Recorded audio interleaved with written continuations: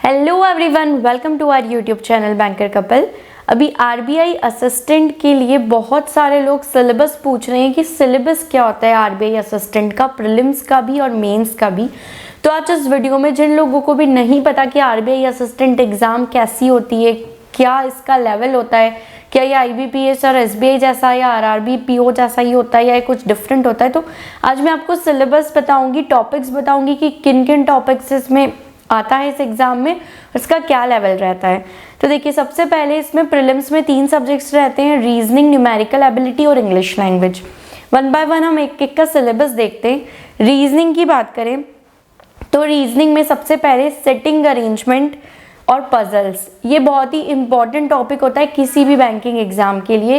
वैसे ही आरबीआई में भी सेटिंग अरेंजमेंट, चाहे वो सर्क्यूलर हो या स्क्वायर हो या लीनियर सेटिंग अरेंजमेंट हो, उससे क्वेश्चंस आ सकते हैं। उसके बाद पजल्स बहुत अलग अलग तरीके की होती है, अगर आपने देखा हो जितनी भी बैंकिंग एग्जाम्स में पजल्स आती है उसी तरीके की इसमें भी पजल्स आती है। प्रीलिम्स में लेवल काफ़ी ईजी आता है कंपेरेटिव टू मेंस या comparative to other prelims exam. इसका जो प्रीलिम्स का लेवल होगा वो बहुत इजी लगेगा आपको इसमें। उसके अलावा जो टॉपिक्स है जो आपको पढ़ने हैं वो रीजनिंग में डायरेक्शन, ब्लड रिलेशंस, उसके बाद इनइक्वालिटी और सिलॉग्स मोस्ट इंपॉर्टेंट टॉपिक्स है। तो ये वैसे क्वेश्चन है जो आपको करना ही करना है। वैसे तो 35 आउट ऑफ 35 अटेम्प्ट्स हो जाते हैं, लेकिन फिर भी जिनको थोड़ा सा डिफिकल्ट लगता है उनको पजल्स और सेटिंग अरेंजमेंट छोड़ के बाकी सारे टॉपिक्स अच्छे से पहले कर लेने हैं प्रिपेयर। इसके अलावा अल्फा न्यूमरिक सीरीज भी आती है, ऑर्डर एंड रैंकिंग करके एक टॉपिक होता है, उससे भी क्वेश्चंस आते हैं। डेटा सफिशिएंसी ये मेंस में आ जाती है। उसके बाद मिसलेनियस भी बहुत सारे टॉपिक्स होते हैं। इनपुट आउटपुट होता है, ये भी मेंस का टॉपिक है जो मेंस में पूछा जाता है। लॉजिकल रीजनिंग रहता है, ये भी मेंस का टॉपिक है। और एक कोडिंग डिकोडिंग, ये प्रीलिम्स में और मेंस में दोनों में आ सकता है। तो ये जो इंपॉर्टेंट टॉपिक्स है जो आपको करने ही करने हैं और साथ में तैयारी करनी है प्री और मेंस की। कभी भी अलग अलग तैयारी मत कीजिए प्रीलिम्स और मेंस की। अब उसके बाद अगर हम इंग्लिश की बात करें तो इंग्लिश में देखिए रीडिंग कॉम्प्रिहेंशन आपको अच्छे से प्रैक्टिस करनी ही करनी है। उसके अलावा क्लोज टेस्ट आते हैं, फिलर्स आते हैं, जो सेंटेंस है उसमें एरर डिटेक्शन आ जाता है। उसके बाद vocabulary based questions RBI assistant में काफ़ी ज़्यादा देखने को मिलते हैं, तो वोकैबलरी अच्छी आपको स्ट्रॉन्ग करनी है। इसके लिए जो ईडियम्स एंड फ्रेजेस है वो भी आपको कुछ जो इम्पॉर्टेंट है वो उनके मीनिंग्स पता होने चाहिए। उसके बाद सेंटेंस इम्प्रूवमेंट भी आ जाता है। एक जम्बल्ड पैराग्राफ आता है, उसके 5 क्वेश्चन एक साथ आ जाते हैं। पैराग्राफ बेस्ड क्वेश्चन भी आते हैं। सेंटेंस जो है रीअरेंजमेंट का आता है, एक तो पैराग्राफ को रीअरेंज करने का आता है और एक सेंटेंस में वो कट लगा देते हैं और उसको रीअरेंज करना रहता है, एक उस टाइप का भी आ जाता है। एक पैराग्राफ कंक्लूजन करके आता है। तो ऐसे अलग अलग इंग्लिश में जितने भी जो आईबीपीएस के एग्जाम्स में आते हैं उसी तरीके से आपको आरबीआई के लिए भी करना है। यहाँ पे वोकैब पे थोड़ा ज़्यादा फोकस करना, क्योंकि वोकैब से रिलेटेड क्वेश्चन ज़्यादा आ जाते हैं। उसके बाद अगर हम बात करें न्यूमेरिकल एबिलिटी की, तो देखिए न्यूमेरिकल एबिलिटी में क्वाड्रेटिक इक्वेशंस बहुत इंपॉर्टेंट है प्रीलिम्स के लिए, वो आपको करना ही करना है। उसके बाद number series, wrong number series ये भी आ जाता है, और सिंप्लीफिकेशन, अप्रॉक्सीमेशन, ये 3-4 टॉपिक्स है जो प्रीलिम्स में आते ही आते हैं और ये आपको अच्छे से करना है। उसके बाद अगर अरिथमेटिक की बात करें तो उसमें आपका time and work, pipes and cistern, speed, time and distance, simple interest, compound interest, उसके बाद percentage, average, age, problem on LCM, HCF, then partnership, probability, profit and loss, permutation, combination, इन सब से एक एक क्वेश्चन आ सकता है। सारे टॉपिक अगर नहीं भी हो पा रहे हैं तो मान लीजिए कोई 5 टॉपिक सिलेक्ट कर लीजिए जो आपके स्ट्रॉन्ग है और वो आप अच्छे से करके जाइए। उसके अलावा जो डेटा इंटरप्रिटेशन है, डीआई, वो तो आता ही आता है, और डेटा सफिशिएंसी भी आ जाता है। तो ये सारी चीज़ें कुछ मेंस के लिए कुछ प्री के लिए, लेकिन प्री के लिए सिंप्लीफिकेशन, अप्रॉक्सीमेशन, नंबर सीरीज और उसके अलावा क्वाड्रेटिक इक्वेशन, और डीआई कुछ इजी टाइप के बार ग्राफ, पाई चार्ट, ये सारे आ जाते हैं। तो प्रीलिम्स के लिए आपको इतना तो करके जाना ही, और अरिथमेटिक के भी अच्छे से आपको कर लेना है, लेकिन अरिथमेटिक मेंस के लिए ज़्यादा अच्छे से करना है। तो ये होगी प्रीलिम्स के लिए। अब जो 2 एडिशनल सब्जेक्ट्स जो मेंस में आते हैं वो है जनरल अवेयरनेस और कंप्यूटर।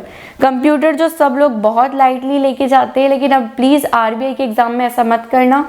ईपीएफओ के एग्ज़ाम में बहुत सारे लोगों को कंप्यूटर में सेक्शनल भी क्लियर नहीं हो पा रहा था, तो यहाँ पर भी सेक्शनल कट ऑफ होगा और यहाँ पर भी आपको मेंस में 14 मार्क्स अनरिजर्व कैटेगरी के लिए ईच सेक्शन में आपको लाने ही लाने हैं। तो अगर हम कंप्यूटर की बात करें तो कंप्यूटर में देखिए फंडामेंटल्स ऑफ कंप्यूटर आपको अच्छे से करना है, जैसे जो भी जनरेशन ऑफ कंप्यूटर्स होती है वो वाला। उसके बाद फ्यूचर ऑफ कंप्यूटर में जो फ्यूचर जनरेशन से रिलेटेड क्वेश्चन आते हैं वो भी आपको अच्छे से करने हैं।